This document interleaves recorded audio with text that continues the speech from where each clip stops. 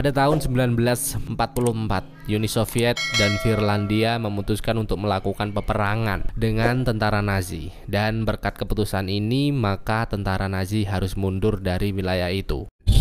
Which decrees that Finland out of Lapland.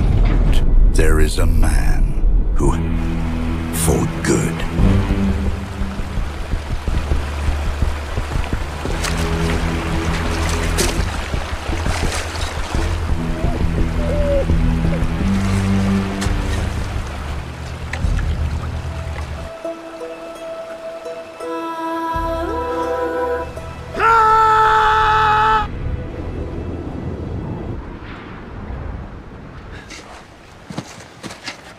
Kemudian kita diperkenalkan dengan Atami yang merupakan mantan komandan pasukan khusus. Dia adalah tentara paling tangguh yang pernah dimiliki Finlandia. Namun ketika usia sudah tak mencukupi dan batang yang sudah meloyo, Atami memilih untuk pensiun dan memilih menjadi penambang emas. Atami kali ini menambang di wilayah bernama Lapland yang merupakan bekas medan perang, di mana Atami sendiri tidak pernah pulang ke rumahnya. Dia menghabiskan masa tuanya di pertambangan. Selain berbekal tenda untuk tidur, Atami juga ditemani anjing dan kuda tersayangnya. Hingga pada suatu hari ketika ia sedang menggali tanah, dirinya tak sengaja menemukan bongkahan emas yang sangat besar.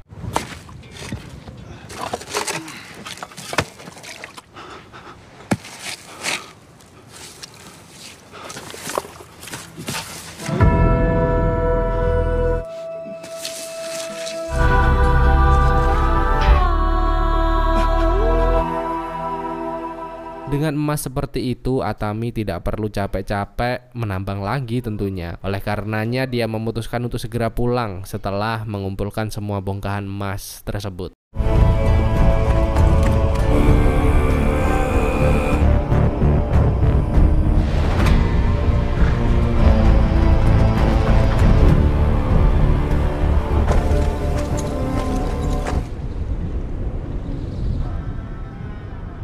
Namun dalam perjalanan ia harus berpapasan dengan tentara Nazi yang akan kembali ke Jerman menemui Ragil.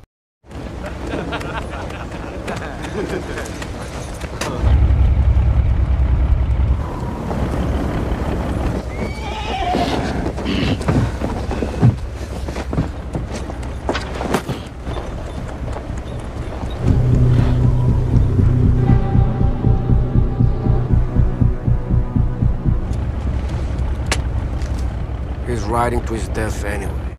Walau menertawakan Atami, para pasukan Nazi ini membiarkannya untuk lewat dikarenakan tidak lagi boleh membunuh, apalagi setelah melakukan gencatan senjata. Akhirnya Atami berkuda dengan sangat santai, tapi di sepanjang jalan dia harus menyaksikan banyaknya korban yang digantung dengan sadis.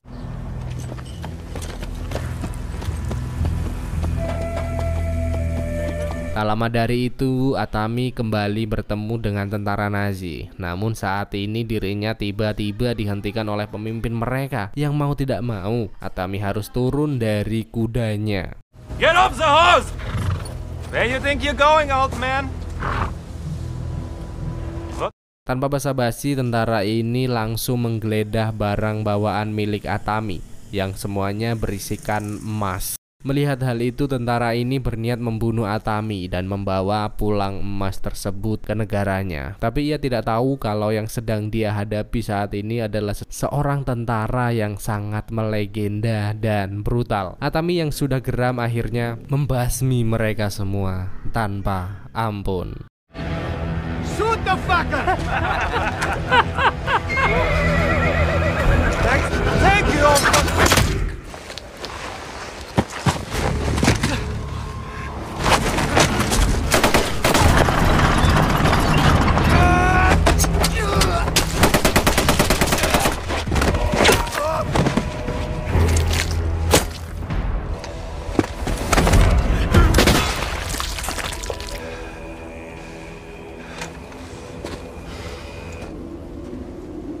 Bukan hanya menggunakan sebilah pisau, Atami sanggup meratakan mereka dan keributan itu pun terdengar oleh atasan mereka yang bernama Marco. Dia dikenal sebagai komandan peleton paling sadis, dan saat mengecek tempat kejadian, Marco menemukan sebongkah emas yang tidak lain adalah milik Atami. Setelah melihat prajuritnya terbunuh, Marco memutuskan untuk mengejar Atami dan menembaknya dengan tank.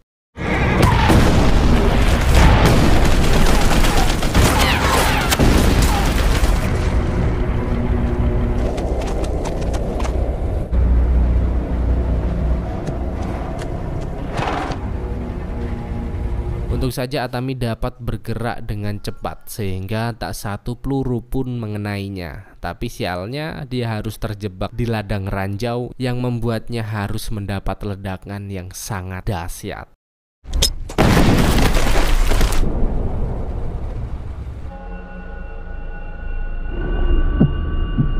Tak disangka-sangka ternyata Atami berhasil selamat dari ledakan itu. Tak berselang lama pun Marco bersama pasukannya kembali muncul. Dia pun terkejut saat melihat Atami ternyata masih hidup bahkan tanpa masih bugar. Karena merasa penasaran dengan kekuatannya, Marco menyuruh bawahannya untuk menembak Atami. Now. Fire!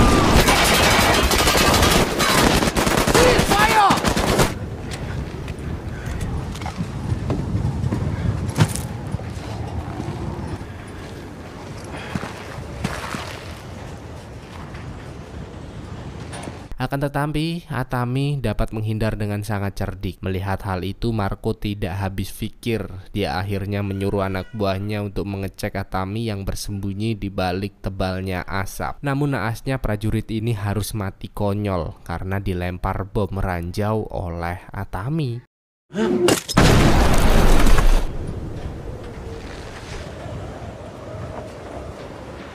You and you.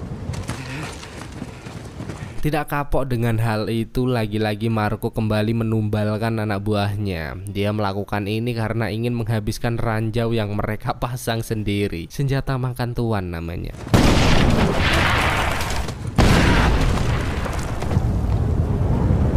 Sehingga dia dapat bebas melangkah. Tapi Marco mulai berpikir kalau dia terus menumbalkan anak buahnya maka dia akan kekurangan pasukan. Karenanya untuk menghindari ranjau, dia mengambil 2 tawanan perang untuk berjalan di depan sebagai radar anti ranjau. 2 tawanan itu bernama Aino dan Sarah. Apakah mereka akan selamat? Mari kita simak bersama-sama. Pick me.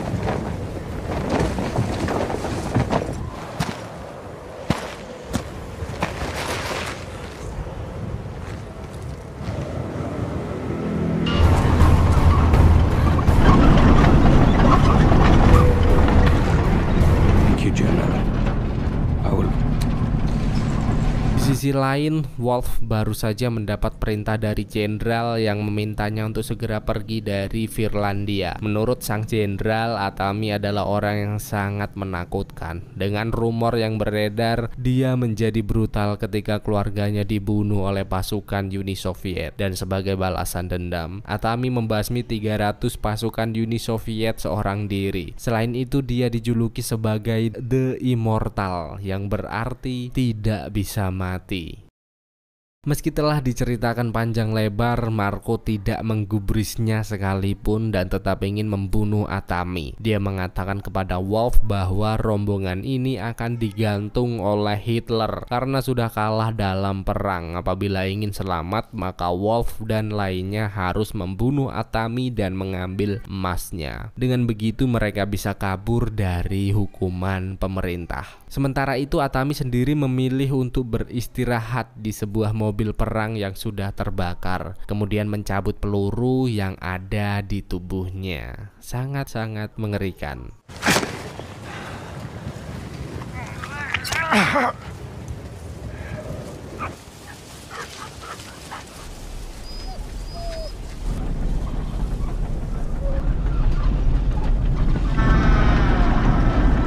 Beberapa saat kemudian Atami mendengar suara mobil pasukan Nazi yang mendekat. Dia memutuskan untuk bersembunyi di bawah bangkai mobil tersebut dan berpindah di bawah mobil dengan gesitnya.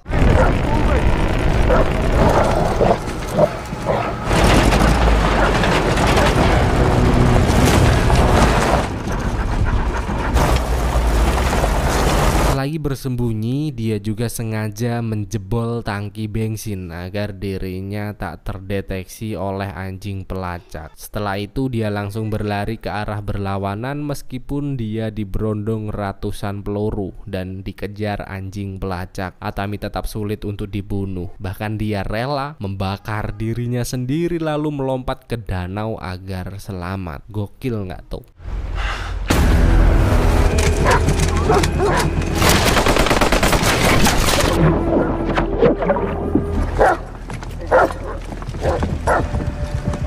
Mortal or not, the man needs it.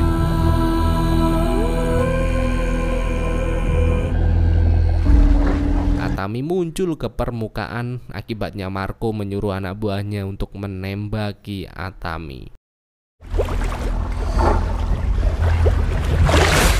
Tak berselang lama, air danau menjadi warna merah yang membuat Marco yakin bahwa Atami sudah mati. Dia pun menyuruh anak buahnya menyelam dan mengambil emas milik Atami. Namun tak disangka-sangka,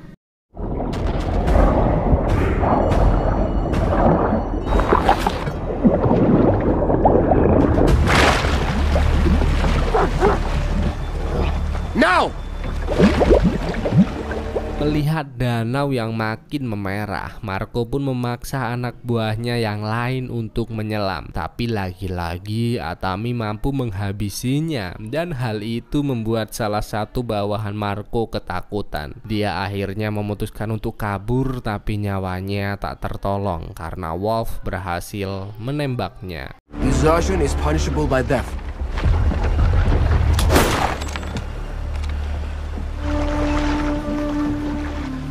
Fuck this.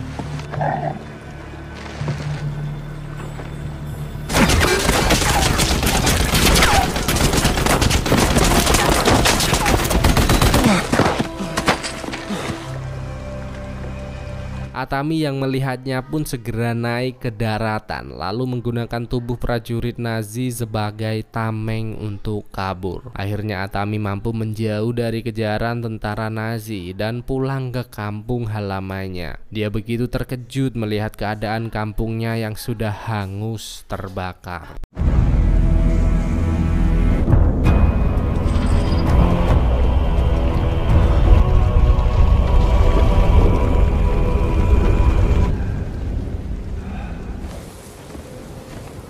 Karena tak memiliki rumah lagi, dia pun memutuskan beristirahat di rumah kosong. Saat Atami tertidur pulas, tiba-tiba anjingnya datang dengan membawa bom yang membuatnya ketakutan.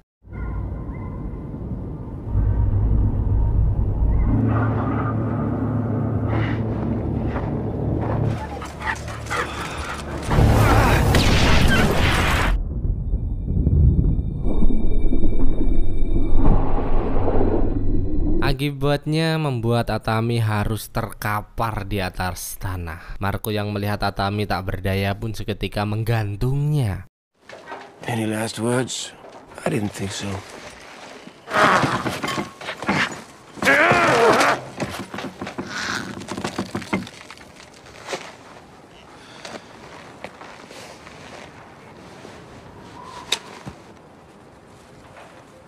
For your troubles. Setelah beberapa menit menunggu, Marco sudah memastikan kalau Atami benar-benar tewas. Namun saat Marco bersama pasukannya pergi, Atami kembali bernapas. Dia kemudian menusukkan besi ke kakinya supaya menopang tubuhnya hingga pagi.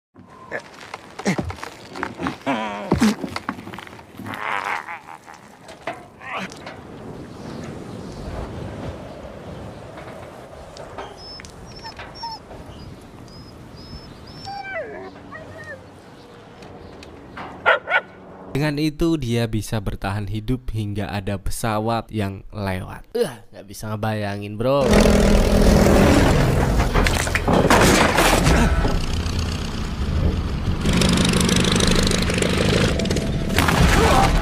Berkat angin kencang dari pesawat, akhirnya dia bisa terlepas dari tiang, walaupun dia harus berhadapan dengan pilot Nazi yang baru saja mendarat di tempat itu untuk mencari bensin. Salah satu pilot yang bernama Muller mengarahkan pistolnya ke arah Atami. Namun berkat keahlian Atami, ia dapat dengan mudah menumbangkan salah satunya.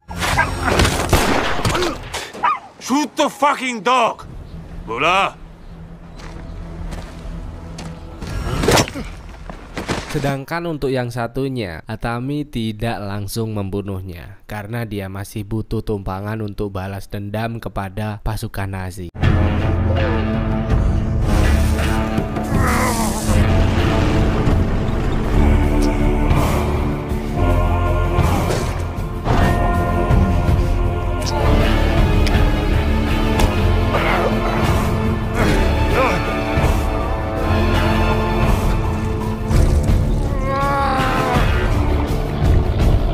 Selang lama, Atami mengirimkan pesawat milik Muller untuk menghalang perjalanan Marco beserta anak buahnya. Dia juga menghabisi pengemudinya di dalam pesawat. Marco yang merasa cemas akhirnya menyuruh pasukannya segera pergi. Hope I used to copy with. Let's get the fuck out of here. Recognize it, I swear. The engines! Come on, let's go! Well, he's back. Di dalam mobil, para tawanan justru terlihat senang, terutama Aino, yang sebagaimana sesama orang Finlandia. Aino percaya bahwa Atami benar-benar kembali dan tidak akan menyerah begitu saja. Dia akan mengejar siapapun yang berani mengusiknya. Dan benar saja, selepas Aino berbicara, penjaga diserang secara misterius hingga akhirnya mereka membrutal bersama. What?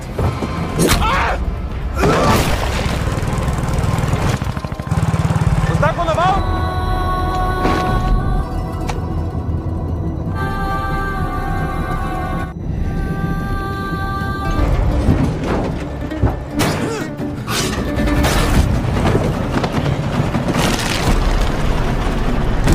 Was that Gens?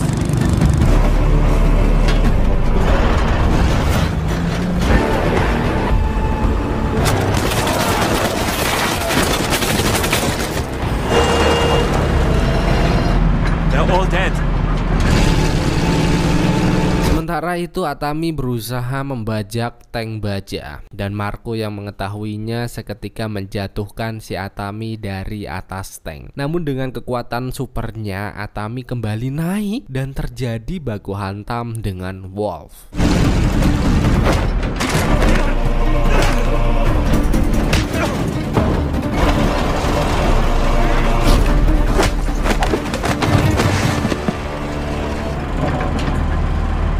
Setelahnya, Atami langsung mengejar Marco yang akan terbang ke Jerman saat itu juga. Bersama dengan itu, Marco bersama anak buahnya telah sampai ke penjemputan. Namun karena sifat uang rakus, Marco malah membunuh anak buahnya di tempat. Padahal dia itu yang nyelamatin mereka ya. Nggak tahulah, ini orang setan mungkin.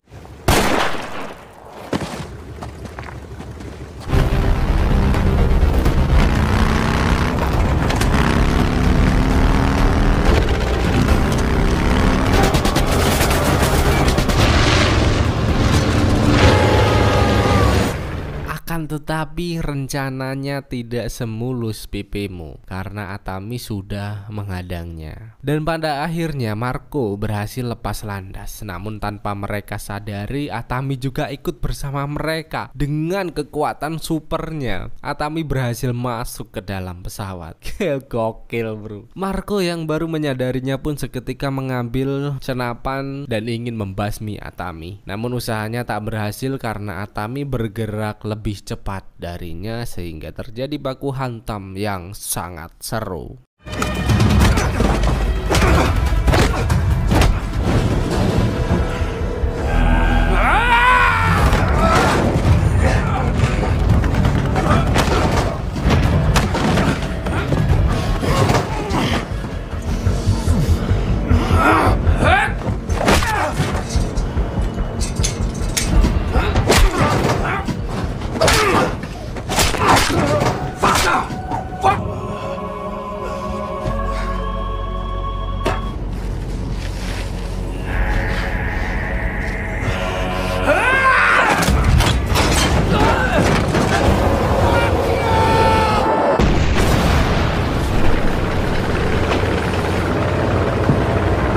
Meski telah menghabisi Marco, Atami masih harus berjuang untuk bertahan hidup karena pilotnya kehabisan darah dan mati di tempat. Akibatnya pesawat itu pun harus terjatuh dengan kecepatan tinggi.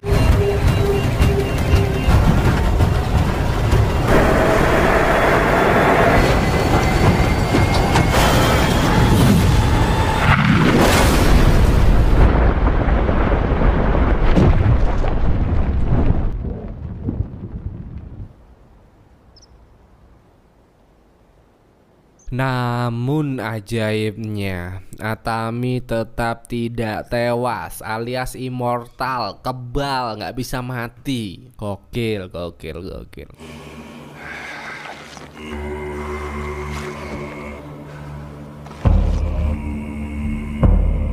Di sisi lain, Aino bersama tawanan lain berhasil membajak tank milik Nazi. Mereka juga membawa Wolf untuk diserahkan kepada pasukan Finlandia. Di akhir film, Atami memutuskan untuk pergi ke bank di pusat kota agar bisa menukarkan emasnya dengan uang. Dan film pun tamat dengan sangat membagongkan.